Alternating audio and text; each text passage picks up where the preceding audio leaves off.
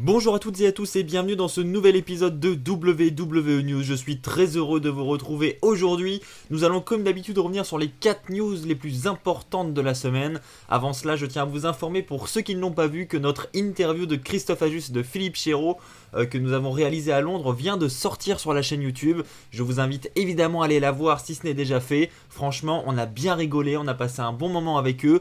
Je pense qu'ils nous ont apporté des bonnes petites anecdotes sur certaines superstars, donc je vous invite à aller voir ça sur la chaîne.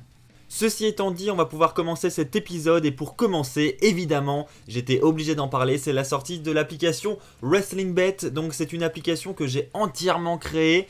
Donc certains d'entre vous connaissaient déjà l'existence de ce concept puisque je l'avais d'abord créé sous le format d'un site web et désormais il est disponible sur mobile avec une application totalement dédiée. C'est 100% gratuit. Mais WrestlingBet, qu'est-ce que c'est ? Eh bien pour vous expliquer tout ça, rien de mieux qu'une petite vidéo. Je vous laisse regarder ça.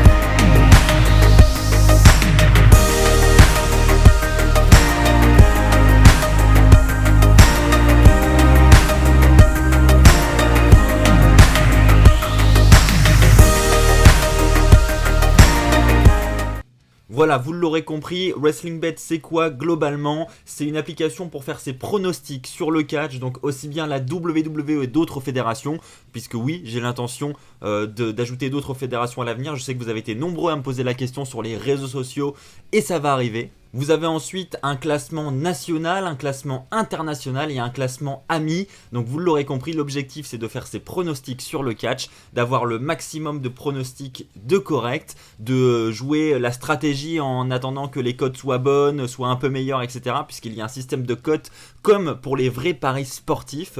Et donc vous misez, vous gagnez et donc ensuite vous êtes crédité. Et plus votre cagnotte est élevée, plus vous montez dans le classement. Et l'objectif est de devenir premier mondial, voire premier national, parce que vous pouvez renseigner votre pays et donc une fois que votre pays est renseigné, vous faites partie du classement de votre pays uniquement. Donc comme ça vous avez une vision des joueurs qui sont dans le même pays que vous et de votre situation parmi ces joueurs-là. Et vous avez également la possibilité de faire votre propre classement avec vos amis. Vous ajoutez vos amis en saisissant leur identifiant. Alors attention, il ne faut pas faire de faute d'orthographe. Vous mettez l'identifiant de votre ami, vous l'ajoutez et ensuite vous avez le classement avec votre ami ou vos amis puisque évidemment vous pouvez ajouter autant d'amis que vous le souhaitez dans ce classement. Maintenant, je vais répondre à de nombreuses questions qui m'ont été posées au travers des réseaux sociaux.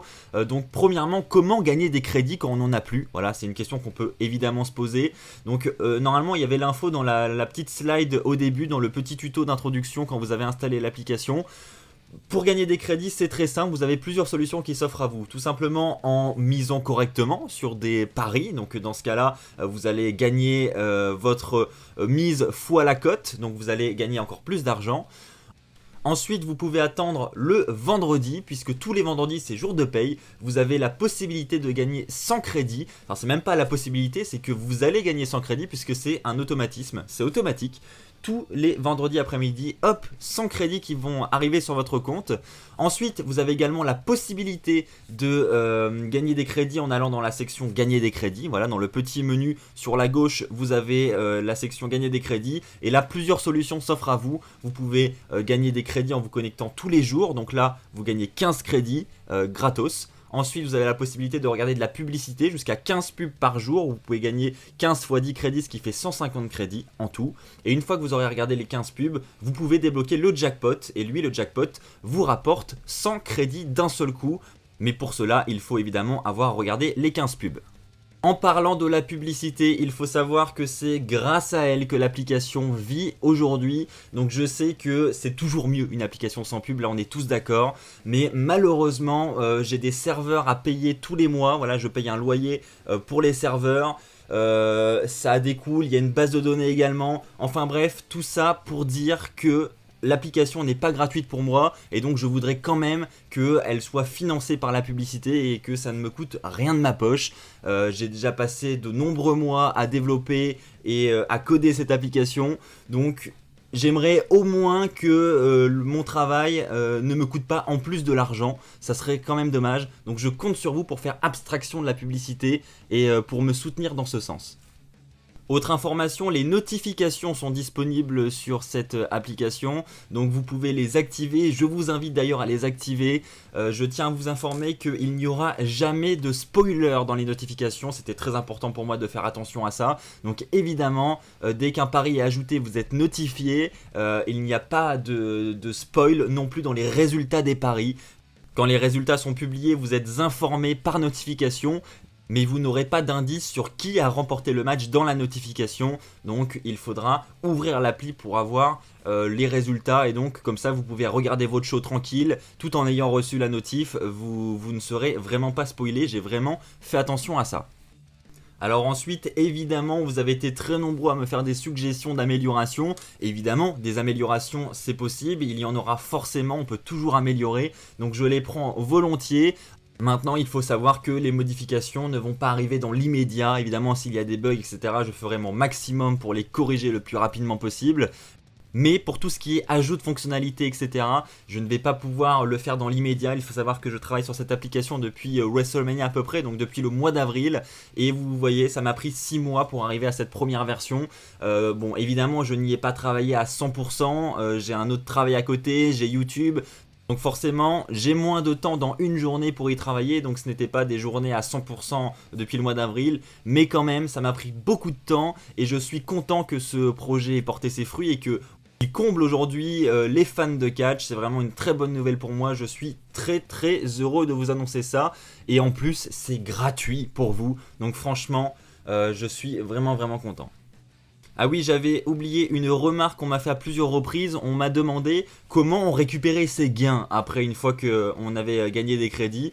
Eh bien, ouais, tout simplement, c'est un jeu. C'est 100% un jeu, c'est gratuit. Il n'y a pas d'argent en jeu, de la véritable argent. Il s'agit d'une monnaie virtuelle et donc c'est seulement des crédits virtuels. On ne peut pas récupérer ses gains, on ne peut pas utiliser de l'argent réel. Ce n'est pas possible. Eh bien ceci étant dit, on va pouvoir passer à la suite. Première information, ça va concerner la draft. Vous le savez, on a de nombreuses superstars qui ont été draftées soit du côté de Raw, soit du côté de SmackDown. Et certaines superstars ont été laissées un petit peu sur la touche et on ne sait pas où ces superstars allaient aller. Et bien maintenant, on en a plusieurs qui viennent d'être annoncées. Alors du côté de SmackDown, on retrouvera Luke Harper, Cesaro, Sonya Deville, Mandy Rose, Dana Brooke et Drake Maverick. Tandis que du côté de Raw, on retrouvera Zack Ryder et Kurt Hawkins, Sarah Logan, Mojo Rawley et les Iconics. Alors personnellement, j'étais un peu surpris de savoir que les Iconics n'étaient pas draftés, ne faisaient pas partie des draftés et des choix de Raw et SmackDown à la télévision, parce que il y a quelques mois quand même, Peyton Royce et Billie Kay ont remporté les titres par équipe à WrestleMania 35, donc ce n'est pas rien, c'est quand même une grosse équipe du côté de la division féminine, donc grosse surprise. Elles vont du côté de Raw, bon pourquoi pas. Et puis il en va de même pour Zack Ryder et Kurt Hawkins, qui étaient champions par équipe il y a de ça quelques semaines et qui aujourd'hui se retrouvent un peu oubliés, un peu sur la touche, c'est dommage. Parlons maintenant de Alicia Fox. Alors elle ne va pas du côté de Raw ni du côté de SmackDown. En fait, on se demande si elle ne va pas quitter la fédération, si elle ne va pas prendre sa retraite.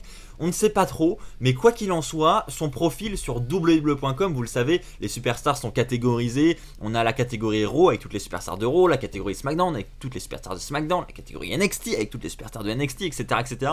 Et on a également une catégorie Alumni, et dans cette catégorie, on y place en fait tous les Hall of Famers, toutes les légendes, etc., etc., tous les retraités, et puis toutes les superstars qui ont fait partie de la fédération, mais qui ont quitté la fédération aujourd'hui. Et en fait, le profil de Alicia Fox a été déplacé dans cette catégorie sur le site officiel. Et on n'a pas d'autres informations, donc Alicia Fox n'a pas réagi à cela, la WWE non plus, on n'a pas de communiqué, on n'a rien, donc on ne sait pas ce que ça va donner pour Alicia Fox. Quoi qu'il en soit, on devrait en savoir plus dans les jours qui arrivent. Je pense que Alicia Fox réagira assez rapidement sur ses réseaux sociaux. Parlons maintenant d'un autre départ, mais là c'est officiel, il y a eu un communiqué, c'est Eric Bischoff qui va quitter la WWE, du moins il va quitter son poste de producteur, son poste de directeur exécutif de SmackDown.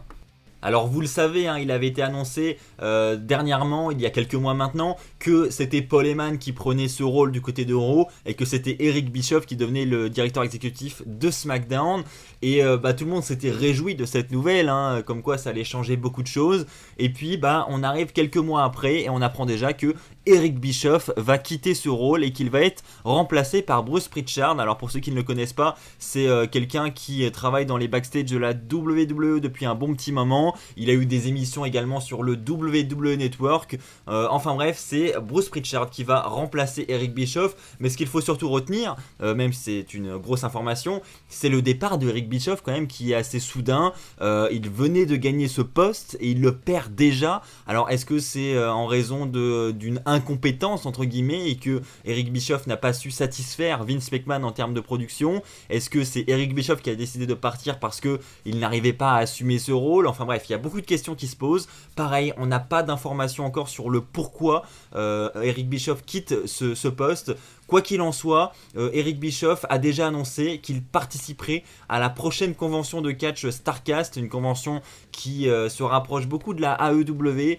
Du moins, souvent, les conventions Starrcast ont lieu dans la même ville et la veille d'un pay-per-view de la AEW. Donc, est-ce que Eric Bischoff va se rapprocher de cette autre fédération et va obtenir un rôle dans cette fédération de la AEW? Est-ce qu'il va nous remémorer son passage du côté de la WCW?